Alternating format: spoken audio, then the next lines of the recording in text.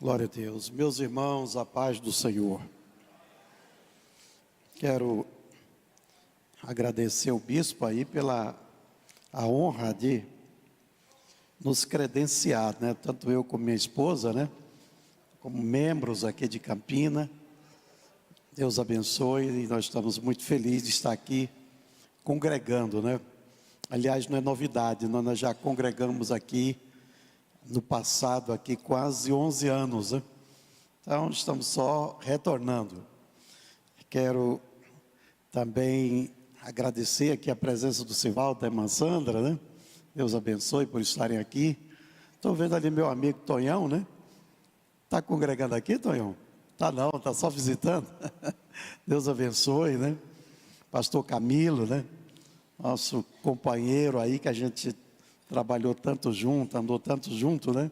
Prazer, pastor Camilo, rever o senhor aqui. Dinamite Barros, né? Dinamite Barros que fez uma dupla perfeita aí com o pastor William, né? Lá no Rally Missionário. Esses homens fizeram sucesso, né, pastor Luiz? Sucesso, ganhando alma de casa em casa, tocando a harpa e a viola, né? E o Dinamite não é a primeira vez que ele vai conosco, ele já esteve conosco no Rally, fez um excelente trabalho. Dinamite é um ganhador de almas, grande evangelista e mão aberta também. É o cantor que eu mais vejo doar CD ao Dinamite. Eu não sei nem como é que ele vive, né? Porque ele dá o CD tudo, né? Mas diz que o segredo de receber é dar, né, Dinamite? E o Dinamite tem uma campanha aí de distribuição de Bíblia, de CD, então quem sentir de patrocinar o Dinamite aí no CD, porque ele sozinho é difícil, né? Mas ele faz esse trabalho com muito amor, com muito carinho, e Deus tem honrado ele, né? Ele tem estendido as mãos aí para ganhar alma, e Deus tem honrado ele de maneira especial. Deus abençoe o Dinamite. Eu sei que nós vamos fazer outros ralis aí juntos, né? Deus abençoe.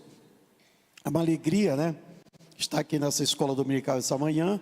Agradeço ao pastor Itamar a honra do convite, estar ministrando aqui. Não é fácil, né? Já passaram aqui antes de mim mestres da palavra, inclusive o nosso bispo. E hoje eu estou aqui para falar um pouco sobre esse tema tão interessante, que é a consagração do sacerdote. E eu quero começar aqui dizendo o seguinte, antes de entrar na introdução e no comentário em si, dizer o seguinte, que o principal objetivo dessa lição é mostrar o caráter santificador de Deus no livro de Levítico. O tema principal desse livro é santidade, ou seja, um Deus santo, um Deus santo. E esse Deus santo, ele exige aqui nesse livro ofertas santas, um sacerdócio santo, uma nação santa e uma terra santa. Então, tudo que está relacionado a Deus deve ser santo. Então, quando a Bíblia fala de um Deus santo, é um Deus perfeito. A santidade de Deus é um atributo que Ele compartilha conosco. Ele diz, sede santo como eu sou santo. Sede vós santo em toda a vossa maneira de viver. Existem atributos que são exclusivos de Deus. Onisciência, onipresença, onipotência, são atributos exclusivos de Deus. E Ele não distribui essa glória com ninguém. Mas existem outros atributos que são compartilhados. A santidade, o amor, a bondade, enfim. Existem os atributos que são compartilhados. E a santidade é um desses atributos. Então, um Deus santo, tudo que está relacionado a Ele precisa, deve também ser santo. E nesse trimestre nós estamos estudando aqui o livro de Levítico, que trata exatamente de tudo isso, das ofertas, do sacerdote, enfim, uma série de obrigações, né? Quando a Bíblia fala de ofertas santas, a Bíblia fala que havia leis para regular todos esses procedimentos. Leis para o sacerdote, lei para os adoradores, lei para os ofertantes. Havia leis que enquadrava todas as pessoas do povo de Israel dentro de um projeto de Deus, que era de santificar toda a nação de Israel. Então, a nação santa era uma nação que precisava ter alimentos limpos, era uma nação que precisava ter hábitos puros e que precisava ter compromisso com Deus que servia.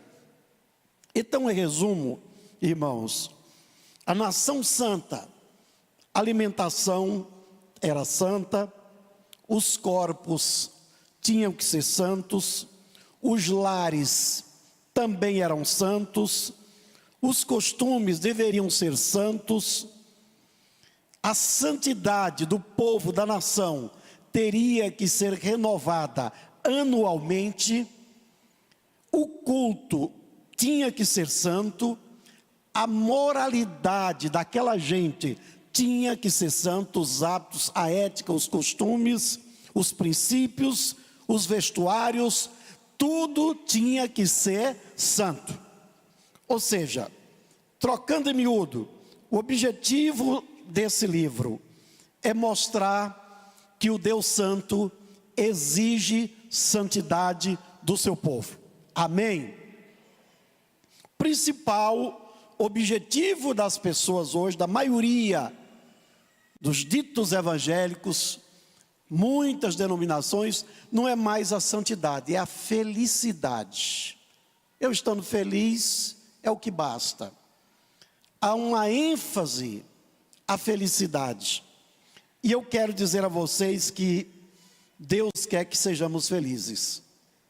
Amém? Deus quer que eu e você seja feliz.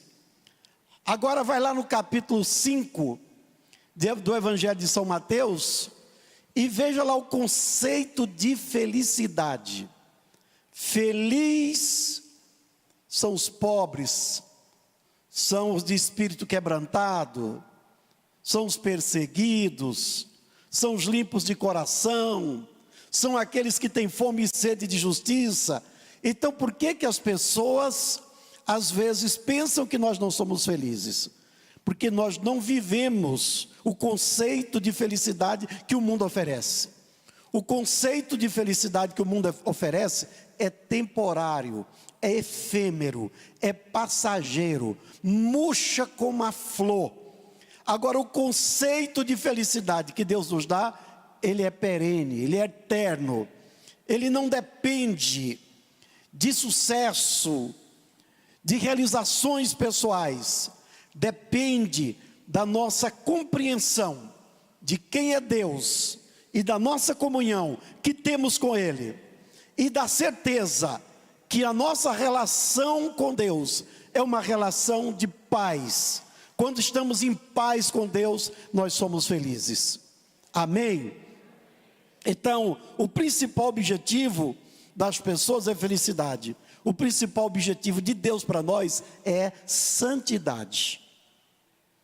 Tem um pensamento que diz: cuide do seu caráter e Deus cuidará da sua reputação. Cuide do seu caráter e Deus cuidará da sua reputação.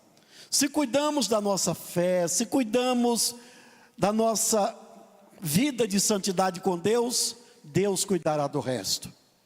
Amém? Então, o objetivo é o seguinte: Deus resolver os meus problemas, carregar os meus fardos, mas não controlar a minha vida, deixar eu viver como eu quero. Nós estamos vendo isso hoje acontecendo. Só que o que nós estamos aprendendo na escola dominical aqui é o contrário. Nós queremos que Deus carregue os nossos fardos. Nós queremos que Deus nos abençoe. Nós queremos que Deus nos abra as portas. Nós queremos que Deus cure as nossas enfermidades. Nós queremos que Deus esteja conosco, nos abençoando, mas debaixo da sua autoridade, debaixo da submissão ao temor do Senhor. É vivendo no temor do Senhor. É a bênção que está no Salmo 128. É o homem honesto que come do trabalho das suas mãos. Ele é feliz no seu lar, com a sua família, com a sua esposa, com seus filhos. O segredo da nossa felicidade está em Deus. No reino de Deus, santidade não é luxo, é necessidade. Hebreus 12:14 diz: sem a qual ninguém verá o Senhor. Ninguém verá o Senhor. Então, nós precisamos entender que a verdadeira felicidade nasce da santidade, do nosso compromisso com Deus. Começando agora o nosso comentário, eu quero inicialmente dizer aos irmãos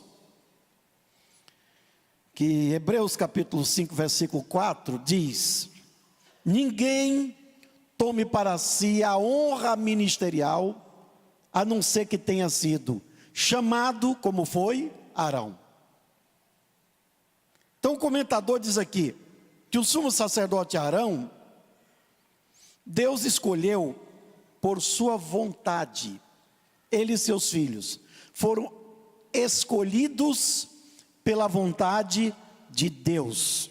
Não foi por mérito de família, não foi por apadrinhamento, não foi pela sua capacidade simplesmente. Foi pela misericórdia e bondade do Senhor.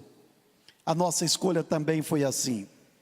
E ninguém deve tomar para si esta honra, a não ser que tenha sido chamado como foi Arão. Arão e seus filhos foram chamados pela graça de nosso Deus. Receberam o grande privilégio. Você sabia que ser obreiro do Senhor é uma grande honra? É um grande privilégio. Mas deixa eu dizer uma coisa para você. Quanto maior o privilégio, maior a responsabilidade. A quem Deus mais confiou, mais lhe será cobrado. Eu não gostaria de estar no lugar do bispo, porque eu sei que não é fácil. É um privilégio? É. Ser presidente do campo de Campinas, ser presidente de uma convenção, ter aí toda esse volume de responsabilidade que Deus confiou, é um grande privilégio. Mas eu tenho certeza que só Ele sabe quão grande é essa responsabilidade. Tem muita gente que é diácono, está brigando para ser presbítero, está querendo ser evangelista, está querendo ser pastor, quer o bônus, mas não quer o ônus. Lá em Minasul, eu sempre dizia, as pessoas, tinha gente que insinuava, mandava outro falar, fala para o pastor me consagrar, e etc. Mas tem alguns que são consagrados, depois nem anuidade não quer pagar. Quer dizer, o camarada quer o privilégio, mas não quer a responsabilidade. É igual quem casa.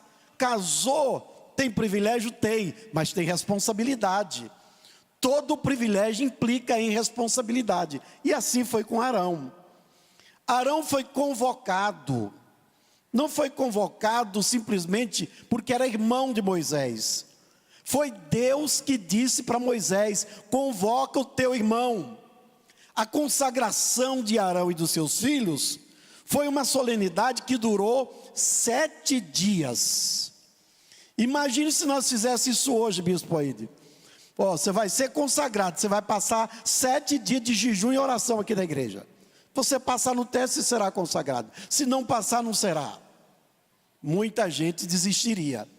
Arão ficou 7 dias na tenda, ele e os seus filhos. A solenidade, o ato da consagração do sacerdote, foi convocado depois Moisés, tinha que ser na tenda da congregação, como o Senhor havia ordenado. E todos antes de qualquer coisa, foram lavados, tomaram um banho. É o ideal, né? Tem muita gente que entra no ministério sem lavar, e depois dá um mau cheiro tremendo, né? Então é preciso tomar um banho. E Jesus diz: vós estáis limpos pela palavra que eu vos tenho falado. Sabe o que você está fazendo aqui nessa manhã? Tomando uma ducha. Todo domingo você toma uma ducha. Toda terça-feira você toma uma ducha. Porque a palavra de Deus nos limpa. Ela nos lava, nos purifica. Jesus disse lá em João 15:3 aos discípulos: vós estáis limpos pela palavra que eu vos tenho falado. Lá em João 17:17, Jesus disse: santifica-os na verdade, a tua palavra é a verdade. Mas é interessante, irmãos, que quando nós falamos aqui da escolha, que não foi por mérito, a convocação, Deus havia orientado Moisés, tudo o que ele deveria fazer, foi passado para Moisés todo o rito da consagração. Então, a Bíblia nos diz que eles, depois de ter tomado o banho, foram vestidos, receberam as vestes, assim como nós também. Nós fomos também lavados pela palavra e vestidos da justiça de Deus. Amém? Toda a congregação assistiu à cerimônia. Daqueles que estavam incumbidos do privilégio de responderem pelos interesses mais importantes do Senhor, que era conduzir a congregação de Israel. Só que a chamada de Arão e dos seus filhos gerou problema, ciúme. Nós encontramos depois Datã, Coré, Datã e Abirão, dizendo para Moisés que Arão e os seus filhos não deveriam ser os únicos a servir o Senhor como sacerdote, que na verdade tinha outros também que poderia ser. Na verdade eles estavam dizendo: você se apoderou do povo de Deus, você está oprimindo o povo de Deus, vocês não são os únicos que estão credenciados, porque Datã, Coré, Datã e Abirão também eram levitas, eles serviam também na casa do Senhor, só que sumo sacerdote era só um, sumo sacerdote era só Arão. Deus escolheu Arão porque ele tipificava Jesus. Arão era o sumo sacerdote terreno, Jesus é o nosso sumo sacerdote celestial. Os filhos de Arão representam os demais sacerdotes da tribo. E aí vem Pedro, no capítulo 2 da sua primeira carta, versículo 9, diz: vós sois sacerdócio real, nação santa, povo adquirido. Então, todo sacerdote tinha que ser levita, mas nem todo levita era sacerdote, não era obrigado. Eles tinham o ofício de servir na tenda da congregação. Então Coré, Datã e Abirão, certamente ali estavam servindo numa atividade mais simples, na sua visão menos honrosa, e ficaram indignados. Eles queriam ser sumo sacerdote. Então aqui eu volto ao versículo inicial: ninguém queira tomar para si essa honra, a não ser que tenha sido chamado. Eu acho que aqui em Campinas Deus não chamou 2 oídes, chamou um. O resto são levitas, né? Estamos aí para servir, estamos aí servindo na casa do Senhor, e temos que servir com alegria, servir com prazer, servir com satisfação. Eu não vou aprofundar nesse assunto, mas vocês sabem o que aconteceu com Coré, Datã e Abirão. O que aconteceu com aqueles líderes que se levantaram contra Moisés e contra Arão? A Bíblia diz que a terra abriu a boca e os engoliu vivos. Desceram à sepultura vivos. Ninguém queira se levantar contra aqueles que Deus escolheu. A terra hoje ainda abre a boca e engole alguns, talvez individualmente, mas ninguém faça isso. Irmãos, a Bíblia diz que eles foram vestidos. As vestimentas do sacerdote, em particular de Arão, era diferente. O sumo sacerdote tinha uma veste diferente, era composta de 7 peças. As roupas do sacerdote eram em número de 7. Tinha o peitoral, o éfode, o manto, a túnica bordada, a mitra, o cinto, os calções. E tudo tem significado em Jesus Cristo. Cada uma dessas peças tem uma simbologia. Mas o que nós queremos chamar a atenção aqui é para 2 peças. Primeiro, o peitoral ficava no peito do sacerdote. Segundo, a Bíblia diz que era um palmo quadrado, né? Então, era uma peça dobrada, onde ficavam aquelas pedras preciosas incrustadas ali, e cada uma daquelas pedras levava o nome de uma tribo de Israel. Também a ombreira, onde tinha uma de cada lado. Em cada ombreira, 6 nomes de uma das tribos de Israel.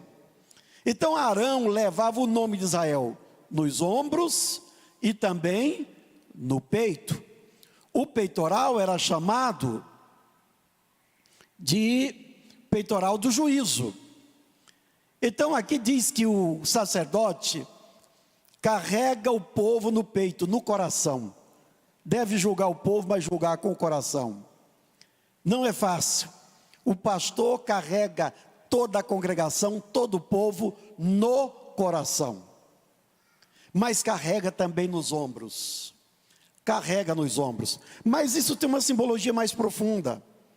Como esse sumo sacerdote representava Jesus Cristo, aí sim, Jesus nos carrega em seus ombros.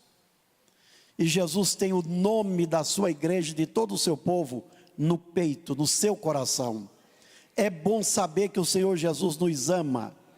É bom saber que Ele nos carrega, ou seja, o Senhor Jesus leva os nomes de cada um dos seus remidos. Conduz, carrega os seus remidos. E é muito importante saber que Ele leva no seu peito o nome de cada um de nós. Nós somos amados por Ele e sustentados por Ele. Você pode dar um glória a Deus?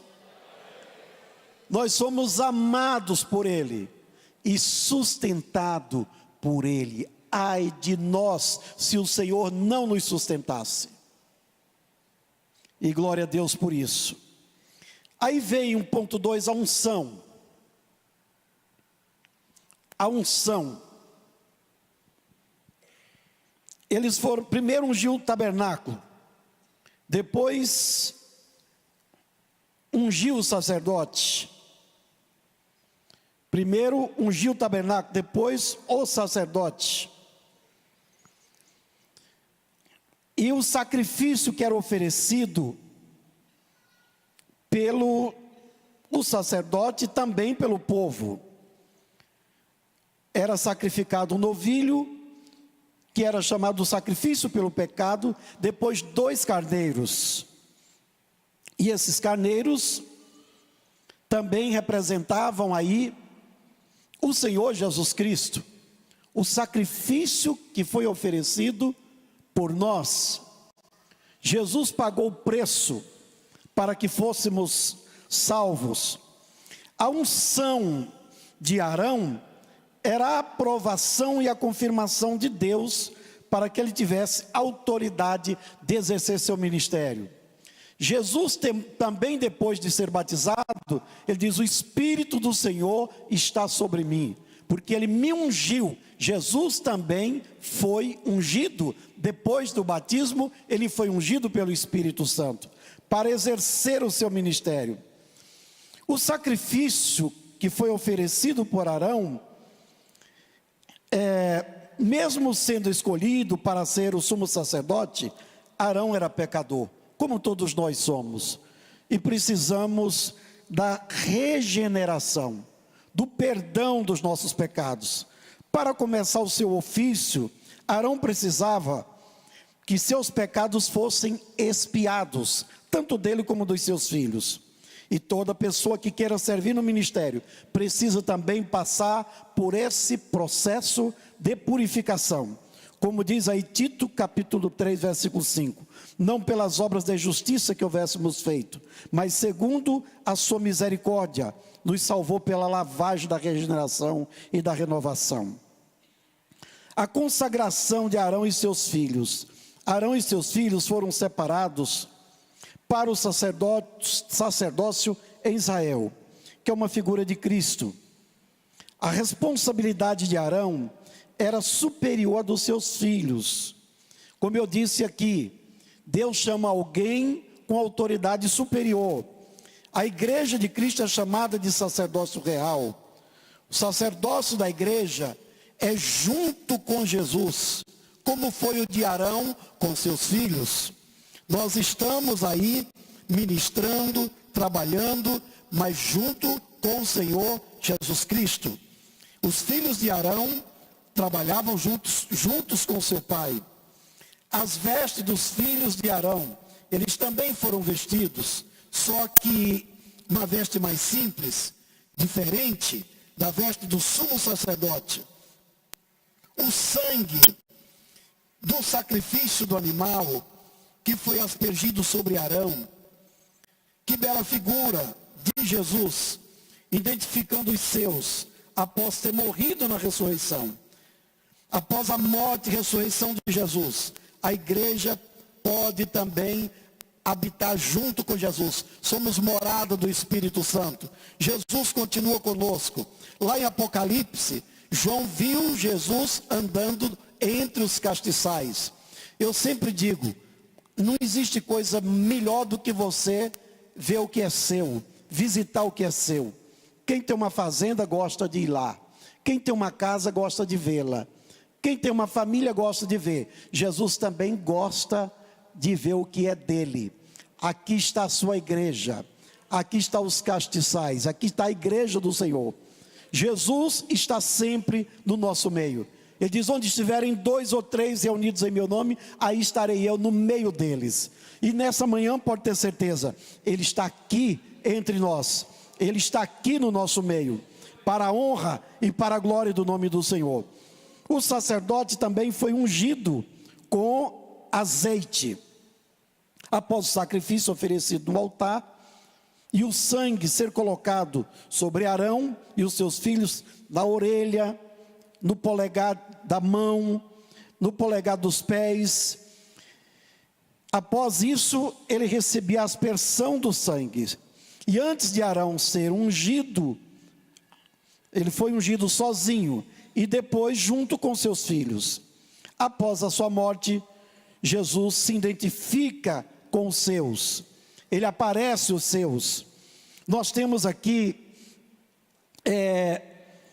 a glória e o fogo do Senhor.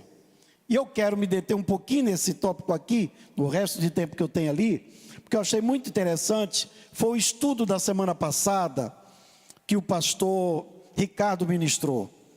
Após a consagração de Arão e seus filhos, Deus fez através de Moisés uma promessa. E a promessa era: porquanto hoje o Senhor vos aparecerá. Está aí Levítico 9:4.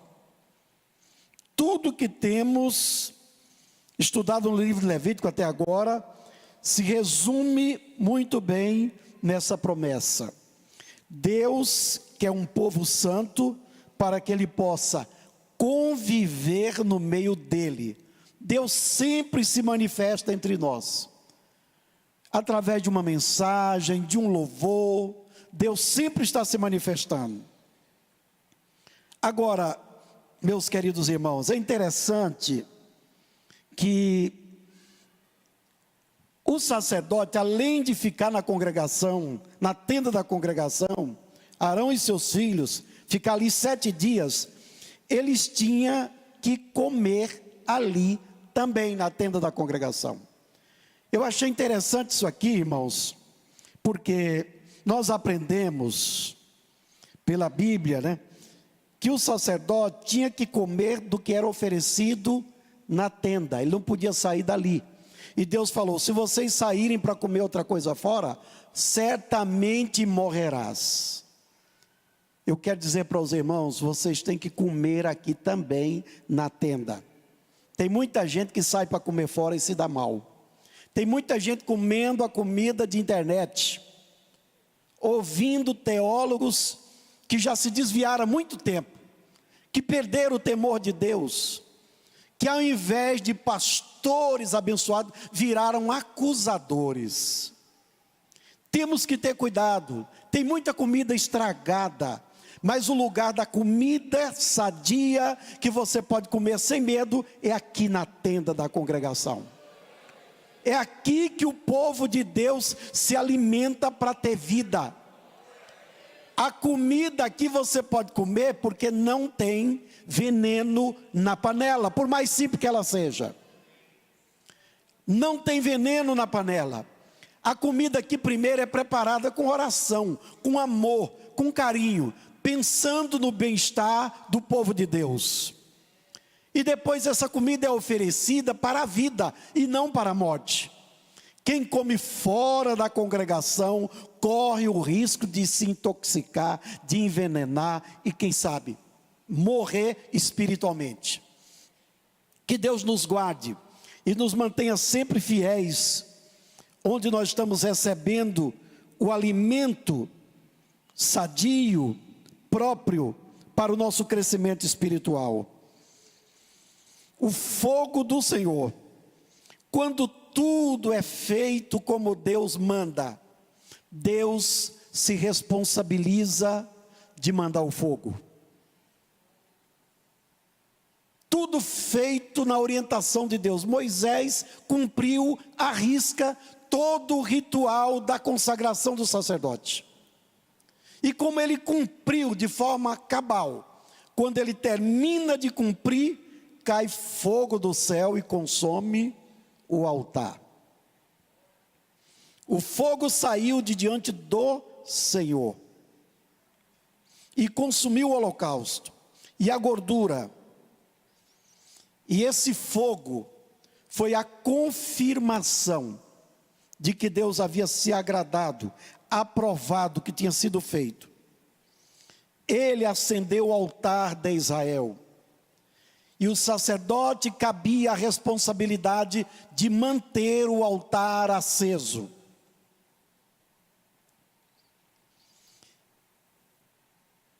A igreja, irmão, Deus acendeu o fogo na igreja, sabe quando?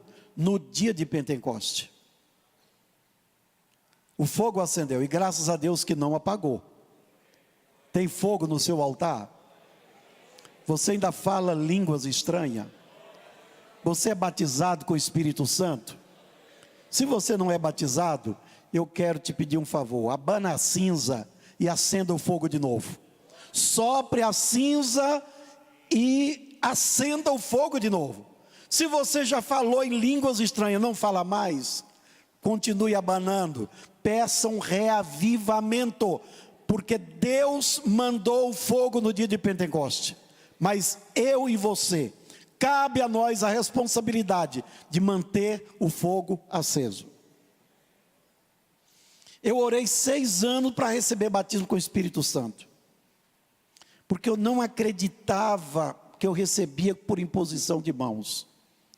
Eu tenho um problema que talvez seja diferente de todos. Quanto mais barulho, mais eu fico vazio. Aí quando orava muito na minha cabeça, eu esfriava assim. Aí, pastor Itamar, não recebia nada. Falei, não, eu tenho que pagar o preço. Orei 6 anos, jejuando, lendo Bíblia. E um dia, num culto de terça-feira, irmão, o fogo pegou. Eu acho que até a água que tivesse ali tinha queimado. Falei línguas estranhas o culto todo. E eu questionava, mas eu não sou batizado, mas eu não conseguia parar. E até hoje eu falo, e não quero que esse fogo apague na minha vida. E eu quero te pedir, não deixe o fogo apagar na sua vida. Mantenha o fogo aceso. Já tocou o sinal, né, irmão Itamar?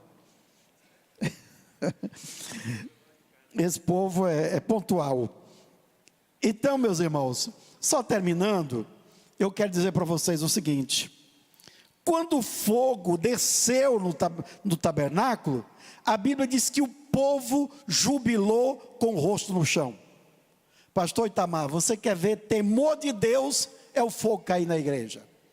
Até quem não tem temor, fica temente, chora, alegra.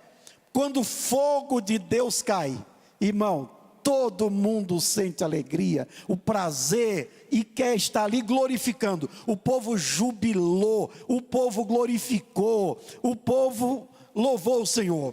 Mas logo em seguida vem um episódio triste.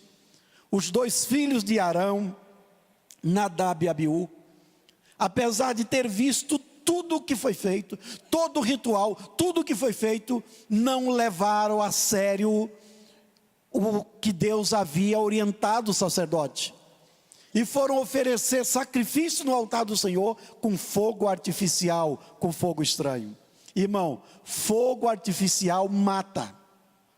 Fogo artificial destrói. O fogo que alegra, o fogo que leva o povo a glorificar, é o fogo que vem do céu. Esses 2 jovens, quando eles levaram fogo estranho, irmão, os 2 morreram perante o Senhor. E o que podia ser alegria, regozijo, virou luto, virou choro. E Deus falou para Moisés: fala para Arão e para os seus filhos que sobraram, que não chore, não manifeste nenhum pesar por causa da morte desses filhos. Convocou os parentes, mandou sepultar. Arão nem no sepultamento pôde ir. Irmão, estamos vivendo uma época, como eu ouvi um dia um pregador falando, muita fumaça e pouco fogo, né? E muita fumaça por aí. Mas nós temos que primar pelo fogo verdadeiro, fogo do Espírito. Meus queridos irmãos, eu termino aqui dizendo que o Senhor nos ajude, nos dê da sua graça, que todos nós possamos servir esse Deus santo e procurar ser santo como Ele é santo, e zelar desse caráter de santidade que Deus nos deu. A igreja do Senhor, a noiva do Cordeiro, que Ele vem buscar, é um povo lavado e remido no seu sangue, que não há impureza, não há mancha, não há contaminação. Só vai morar com Ele todos aqueles que foram lavados, remidos no seu sangue, e cujo nome está escrito no livro da vida. Deus abençoe pastor Itamar, muito obrigado. Deus abençoe a todos os irmãos. Amém.